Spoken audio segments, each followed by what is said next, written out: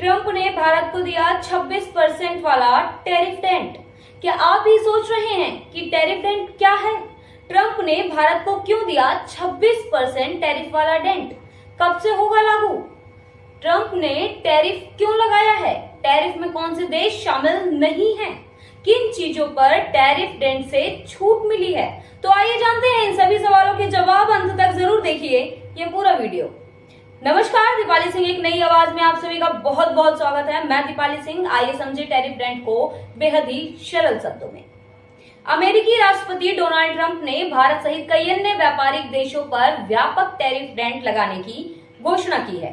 Trump ने 2 अप्रैल को tariff का ऐलान करते हुए इसे लिबरेशन डे या मुक्ति दिवस कहा और इसे अमेरिका का महत्वपूर्ण दिन घोषित किया।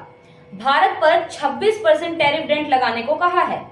ट्रंप ने इसे डिस्काउंटेड रेसिप्रोकल टैरिफ नाम दिया है। कनाडा या मैक्सिको पर कोई टैरिफ लगाने की घोषणा नहीं की गई है। इसके अलावा ट्रंप ने अमेरिका से बाहर बनने वाली सभी वाहनों पर 25% टैरिफ डेंट लगाने की घोषणा की है। टैरिफ डेंट का अर्थ क्या है?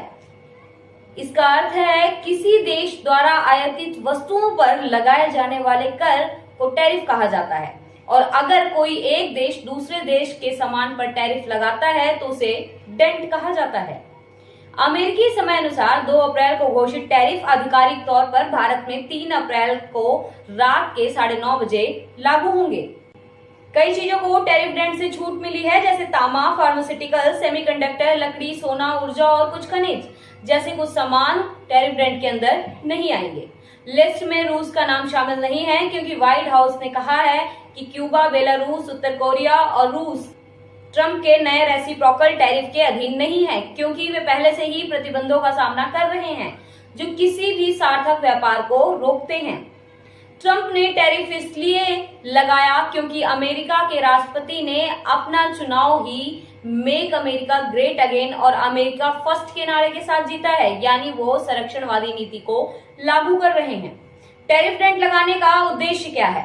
टैरिफ डेंट लगाने से सरकार का राजस्व बढ़ेगा और घरेलू कंपनियां विदेशी प्रतिस्पर्धा से बचेंगी, जिससे विदेशी कंपनियों का सामान टैरिफ लगाने की वजह से महंगा बिकेगा क्योंकि टैरिफ आयातित वस्तुओं की कीमतों को बढ़ा देते हैं जो घरेलू उपभोक्ताओं के लिए कम आकर्षक हो जाती हैं और उपभोक्ता सस्ता सामान अर्थात अपने देश की वस्तुओं को खरीदेंगे, जिससे अमेरिका की कंपनियों को व्यापार में लाभ होगा।